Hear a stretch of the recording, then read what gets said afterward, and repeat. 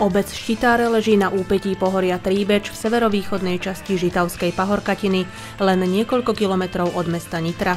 Prvá písomná zmienka o obci je z roku 1113 a dnes majú Štitáre takmer 700 obyvateľov. Nad obcov sa nachádza najvyšší vrchol Žibrica, vysoký 618 metrov a na ňom rovnomenná prírodná rezervácia. Druhým najvyšším miestom je výrazný vápencový vrchol Zobor vo výške 587 metrov nad morom, odkiaľ je dobrý výhľad na široké okolie.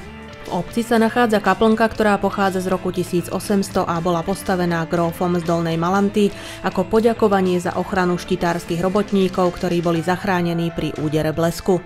Bola zrekonštruovaná obcov Štitáre v roku 2005. Vzácnou kultúrnou pamiatkou je kostol svätého Imricha, v ktorom sa nachádza krížová cesta z roku 1785 a na malom oltári je živý ruženec pochádzajúci z opáctva svätého Benedikta. Príkladnú kultúrnu aktivitu v obci vyvíja ženská spevácka skupina Čitári Menečke Kóruš, ktorá bola založená v roku 2003. Sústreďuje sa na originálne podzoborské ľudové piesne pod vedením učiteľa hudby a dirigenta doktora Viktora Šimeka a na folklórnom festivale Purpurovo-červená ruža dosiahla ocenenie vysokej kvality. V roku 2006 vydala svoju prvú CD nahrávku. Pozdĺž celej obce Štitáre tečie potok Kadaň a v centre je prameň s pitnou vodou tečúci z lesa.